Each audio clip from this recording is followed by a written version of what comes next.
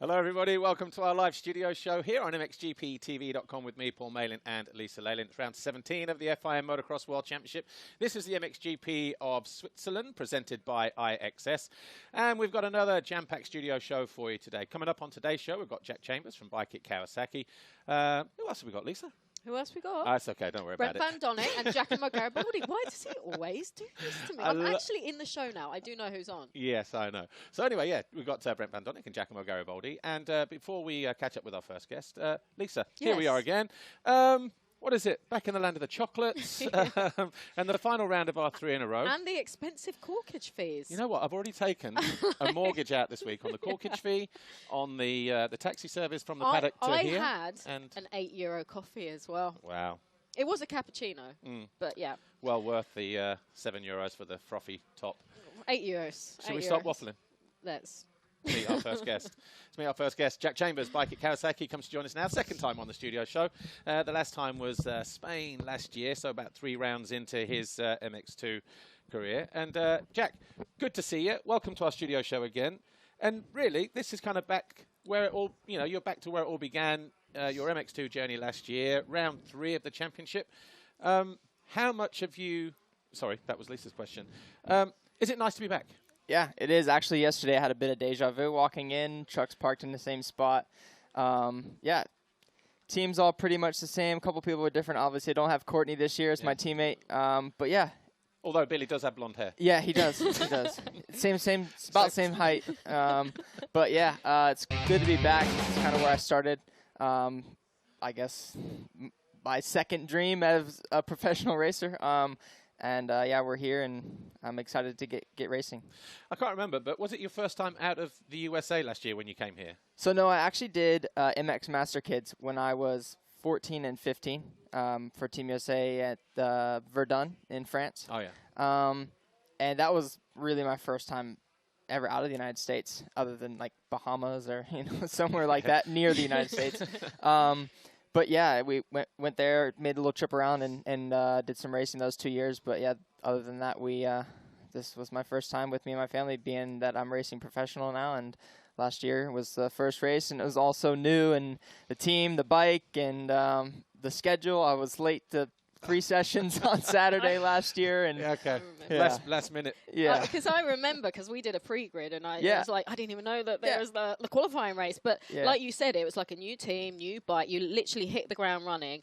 Looking back, was it fun, or did you see it was actually quite stressful at the time? I normally try not to stress myself out with stuff like that. I'm pretty easygoing with things and the schedule, like stuff like that. I've gotten better at it. Obviously, being on this team, and a lot of loose things going around, and different flights and different schedules and stuff like that. But yeah, firstly coming here, and I obviously didn't expect anything. I didn't really know any of the riders, and I think that was really good for me.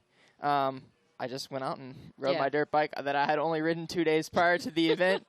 I just come off Supercross, so I feel like that was a good thing coming into this style of track. It's a lot tighter track, has decent ruts. Today it's a little bit prepped differently, I could say. The nice wall ride that we have. Yeah, just super cool track, and for a first time being over here, I was excited with it, yeah. And personally, how much life skills has it actually given you, this MXGP journey? I mean, you're a long way from home, across the pond. It's not easy, is it? Yeah, it's not easy doing your own dishes and laundry and, living alone. Catching your own train. Yeah, but yeah, even like the travel, meeting people, trying to learn different languages, and thank you and please, excuse me in different languages, and just trying to not fit in places I go, but be able to live without being such an outsider. I think that's a big experience, and one day when I have kids and, maybe they're racing or not, I can send them over here and put them on Dixon's team and let them experience it too. Well, I mean, how obviously you're experiencing things like even train travel, for instance. I saw him at the gate yesterday walking in. I was like, where did you park? I just got off the train, about 20-minute walk from here with his gear bag. Go on. Yeah, I mean, I like stuff like that. Most people don't. My dad is actually one of the worst at it. He's probably watching this right now, listening to me. But up at 5 a.m., he watches every practice, every session I do. So But yeah, it's a big different than waking up and going to the airport in the States and flying straight to the track, knowing where you're going to eat, where you're going to stay. Everything's in plan, and so that's a lot different here. What's been your favorite country so far, and what's maybe some of the weirdest things, or one of the weirdest things you've experienced on your travels, apart from Dixon, of course? I think the Indonesia experience was probably the biggest culture shock with the amount of different foods and the food. I didn't really mind it. A lot of people were scared of it and the water and stuff, but rice? Yeah, just scared of rice. I don't know. Everybody beforehand was like, "Watch what you eat, watch what you drink, watch this," and I was kind of worried about it. And then getting there, I was like, oh, "I'll be fine," and I was luckily. But I think the scootering around was really fun, and there wasn't many cars there at all. But yeah, that is probably the biggest culture shock of being here for 2 years now. But cool though. Yeah, it was. Yeah, super cool. You got your feet wet. You got your feet wet last year, obviously. But now that we're sort of in the championship, what's the plan? What was the plan coming into this year? And are you kind of living up to your expectations, or do you still think there was more on the table there? I think. Yeah, there's more on the table for sure. With the off season I had, I felt really good. Zacho, my trainer, felt really confident in it. I felt really confident in coming into the first round. I thought it wasn't a bad showing at the first round, and I guess I haven't been able to make as much progress as I thought. I wasn't the only one training hard this off season. Everybody else is upping their level as well, and I wouldn't say I underestimated the speed of everyone else, but this year is definitely a stacked year. I think maybe more so than last year, even losing a couple of riders going to the 450 class, but some EMX riders coming up, and there hasn't been as many riders this year getting hurt. I feel I got hurt myself last year. There's a couple more this year. It's always kind of evens out to be the same, but I haven't cracked into the top 10 in a overall yet. I've had some moto scores and some qualifying races in top 10, 8th in Indonesia. But, I was kind of expecting those to be the results year-round. There is 10 or 12 factory guys that are all lining up every weekend. But I see myself as somebody that can be there, and I work my butt off to be there. And maybe this year wasn't the year to be there, but I've got 1 year left in the class, and if opportunities come about, that's where I'll be. Cool. Well, just picking up on what Paul said, your riding. Are you happy with your riding? You're not where you need to be, but you're happy with where you're at right now. Is there more to come? Is your riding okay? I would say, I'm content where I am, but there's definitely more in me, and I feel like this weekend could be a good one. I was really comfortable here last year. It was one of my better results actually last season.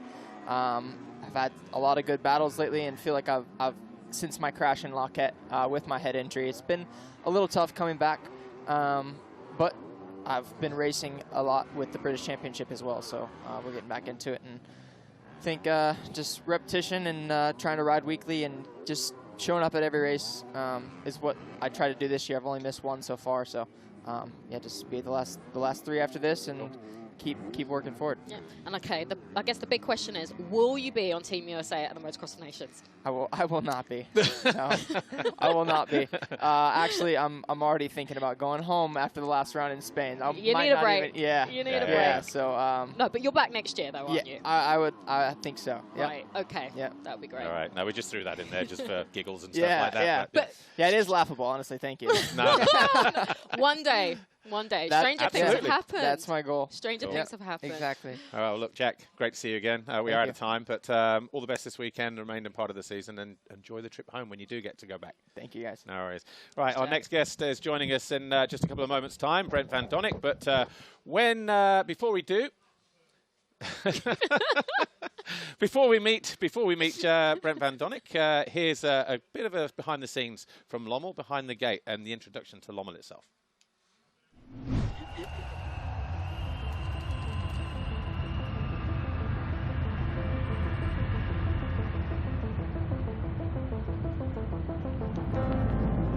Lommel on the calendar puts fear into the eyes and the hearts of everybody that's going to be racing there, just because it's so deep, it's physical, and it's unlike anything that they ride during the season. I think the GP of Lommel is always a very special GP because most of the teams are based around there, because most of the riders are based in Lommel as well. So much of the industry is either based at Lommel or regularly tests there, so they do know the circuit, they do know the land. We put so much work in Lommel, in that track, during the whole year that once we need to race there, it's like, hey, after all those hours, those rainy days, those, I don't know, warm days at riding Lommel, it needs to pay off, right? And you want to show it in the race, and everybody wants to win that GP. Even if you feel confident riding in Lommel, you still go there on Grand Prix weekend thinking, it's Lommel, it's going to be tough. There's a lot of riders, 200-300 riders going to be there on the weekend, which is why the track becomes so deep, why it becomes so physical. Hey, I got the style and pattern. Yeah, I got the style and pattern. Hey, I got the style and pattern. Big bad bass for your head drop.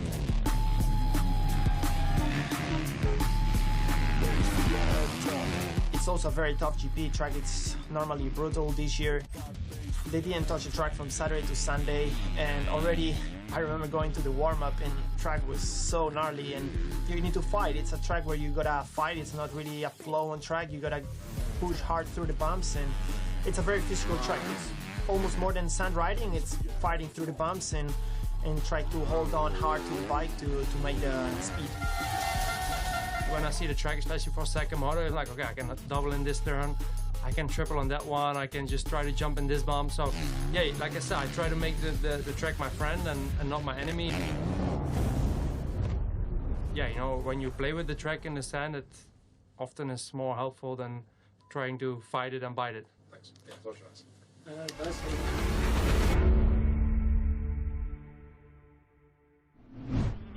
Aus Levane in der Toskana hat sich also hier in die 16. Position geschoben. Hello everybody, welcome back to our live studio show here on MXGPTV.com with me, Paul Malin, and Lisa Leyland. Our second guest from JM Honda joins us now. Brent Van Doninck, good to see you. Obviously, you've not been back in MXGP for too many races this year, and on that note, it has been a tough couple of seasons for you, hasn't it? Latvia last year, Argentina this year. After those setbacks, does it make you appreciate life as a motocross racer just that little bit more? Yeah, maybe it is. Like a lot of people maybe didn't expect me to come back that fast, or even maybe ride my bike again, you know.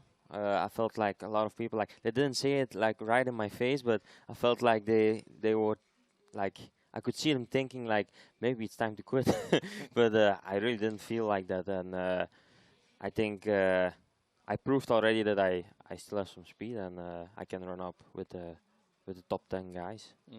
What were you doing during your recovery and your rehab? You know, was it a case of, you know, did you have time to find any new hobbies? I know it sounds stupid, but sometimes you need to keep your mind occupied. Or was it just, once you were able to, was it just the daily grind of get up, work, go to sleep, you know, and was that on repeat? Yeah. Is that how it was? Yeah, so right after surgery, the only thing I could think about was get back as fast as possible, and so I worked really hard together with my physio Jens, and I mean, I think I took a week off when I got back home, and then I started to go already to the gym, but it was hard because I had this broken foot on the right side, and then broken femur on the left side, so I could barely walk, you know. So my girlfriend would take me to the gym and help me with the weights and stuff. Here's a weight, lift it. And yeah, I mean, it was tough, but on the other side, I'm kind of proud of myself how I came out of it. Yeah. Well, it isn't easy to come back to racing, especially in the middle of the season. But were you surprised with your 8th overall in Loket? Yeah. Nobody expected it, or even I didn't actually. But yeah, I felt good. I mean, already in free practice and time practice, like my first fast lap that I did, I came by the pit lane. I was like P7, wow, you know, like I had no expectations, and but yeah, it was a fun weekend. But was some of that due to the fact that you were just coming in, no pressure, no expectation, and you were just maybe riding a little bit more free? Maybe, yeah. Maybe it is, I don't know. I felt already pretty good on training before, I must say, but yeah, I don't know. And I feel also like this kind of track suit me a little bit, like the old school tracks. Yeah. Well, we asked Roman Febvre last weekend, like, when you're injured, do you actually watch the races, or are you not one of those guys? You just prefer to focus on your recovery? Which one are you? I didn't miss one race, I think. I watched them all. It's so funny, the different mentalities of the riders, isn't it? Did you learn anything watching? Yeah, a little bit. Like, even after the quali race, I always watch my own quali race. Like, I always feel like there's some things I can learn from. But I watch everything, like even the races in the US. Like, yeah, the whole Saturday night is motocross on TV. Because when I spoke to Ruben yesterday, are you watching tonight? Yeah, for sure. I think so. Ruben Fernandez was like, no, I cannot watch the races. Yeah. Cannot watch him when I'm injured. It's crazy. It's different for everyone, isn't it? It hurts a little bit, but I still want to watch it. Yeah, but it's crazy. You can watch America, but you can't watch the series you're supposed to be in. Yeah, because you should be there. Yeah. Well, I think you did a paddock talk with Lisa in Belgium, and you were saying to her, like, being a Belgian, riding the Belgian Grand Prix for a Belgian team is actually quite stressful. How difficult was that weekend for you? Yeah, I don't know why, but I can't really enjoy my home GP. Really? Never. Like, I don't know, I always feel bad about it, but it's nice to see all the fans and everything, but it's really stressful. I know, it's stressful. There's always so much stuff to do, and yeah. I like more to ride as far away from from my home. I don't know why. Well, talking of which, only just over the border into Holland, was that less stressful then? Even though there was a lot of Belgian fans there, it doesn't feel like a home GP as such. So were you a little bit more relaxed last week? I was much more relaxed than Lommel. Yeah, for sure. Yes, I had a lot of fun last weekend actually. Yeah. Just apart from Monday, Tuesday, Wednesday, Thursday, the body was a bit... Yeah. I mean, you always feel a little bit stiff after a race, but this week was, wow, yeah. Like, it took me until Thursday almost, like, to get going. But it's probably also a little bit because of the injuries, you know. Right. I feel like I'm still recovering also from the injuries. Yeah. Like, I've been racing, but, like, when I started in Locket, I was not actually, like, 100% recovered from the injuries, you know. So... next weekend off will be nice. Yeah. Well, a positive from Holland. You did score your best Ram qualifying race result, 9th, 8th in race 2 as well. I know it's tough to recover from it, but were you happy with your racing that weekend? Yeah, I was. I mean, like, especially with my speed and my fitness, but it's just that there's always one race that something happens. Like, you know, first race I went down with Kelvin in the start. So, yeah, I mean, I'm happy with my fitness and my speed. I just need to get it together and stay away from trouble. Yeah. 4 rounds left, although I suppose you feel like you're only just getting started. What are your goals between now and the end of the season, these few races we have? Be close around that P8, you know. Like, I mean, that's a little bit my spot, or like maybe a few, I don't know, we have 3 more rounds or 4 more rounds. Yeah, including this one. Yeah, would be nice to get close to a top 5. If I can get a good start and stay away from trouble, and I mean, yeah, would be nice. Yeah. Okay, there's a lot of factory riders, factory teams in MXGP. Obviously, JM Honda, you're not supported by the factory, but you've got a lot of knowledge with Jackie, being that, you know, he knows how to tune an engine. He knows a lot of people there to work on engines and parts and things like that. Is that also part of the challenge that kind of satisfies you a little bit? You know, mixing it. You said 8th, maybe top 5, beating some of those factory guys on your satellite. On the satellite bike. Is that kind of what gets you up in the morning as well, just to challenge those guys? It's not like, I'm not really thinking about stuff like that. I mean, like, but it's always nice to see after, you know, when you see the results, like, I'm really, like, in the mix, you know, with the factory guys. I mean, that's nice, and also for Jackie, for the whole team. I mean, proves that the bike is good, and I mean, it's satisfying. It's satisfying, yeah. Cool. Well, I think we're just waiting for Giacomo to arrive in a moment. But before he gets here, just another quick question on the track. Did you ride here last year? Is it first time here or second time? No, I rode last year. I actually rode on the other side also already. But I rode last year. But a little bit same story. Speed was good, but Let's stay away from trouble. I always get into trouble. I don't know why. You just got that look about you. Maybe. If you wanted sign, if you see this guy, avoid him. Anyway, Brent, great to have you in here. Good luck for the rest of the season, and yeah, with the continued recovery. Yeah, not easy, but yeah, great to see you. Yeah, and enjoy the rest of the season. Yeah. Thanks. Right, our final guest is in now, Giacomo Gariboldi. Before we catch up with him, here's another little snippet from Behind the Gate, episode 14, The Pursuit. This is you, actually. Is it? Talking with Jago Geerts on his return to racing in his home Grand Prix. Yeah, oh, she loves it. She's on camera. Yeah. Enjoy. The MXGP Grand qualifying race is just moments away.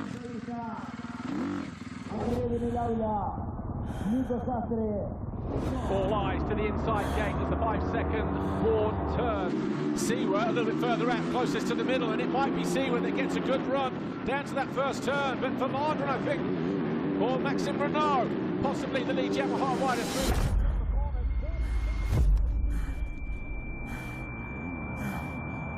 On board here with Jago Geerts as he goes through the first turn. A spectacular crash between him and Ruben Fernandez. Not the best way to start his rookie season in MXGP. Jago Geerts does remount though and rejoins the race.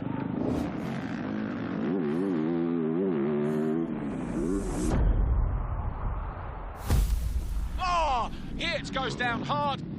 He's out of the race. Is he out of the Grand Prix?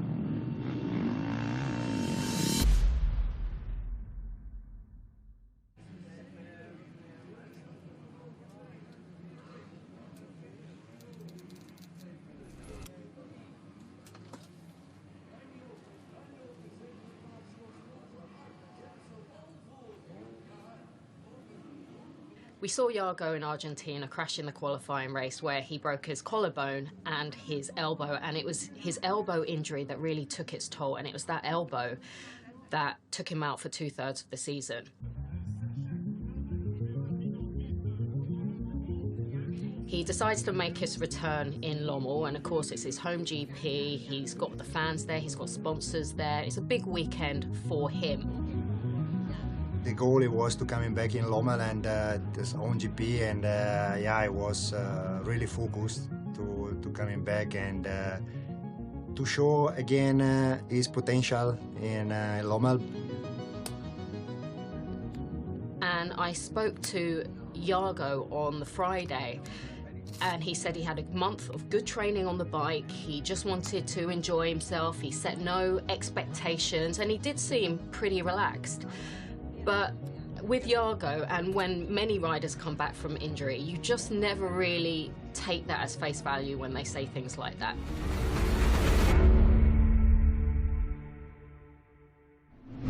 Tout à l'heure, malheureux Noé Zulstein qui termine sur sa Yamaha en 21e position. Hello everybody, welcome back to our live studio show here on MXGPTV.com with me, Paul Malin, and Lisa Leyland.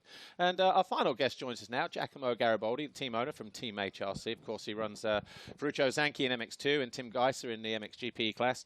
And Giacomo, great to see you. Hi, Paul. Hi, Lisa. Right, just to give you some background. The last 3 weekends, we've had the top 3 managers from the championship. So we've had Davide De Carli in there, we've had Harry Norton, now we've had you, and obviously Tim is leading the championship.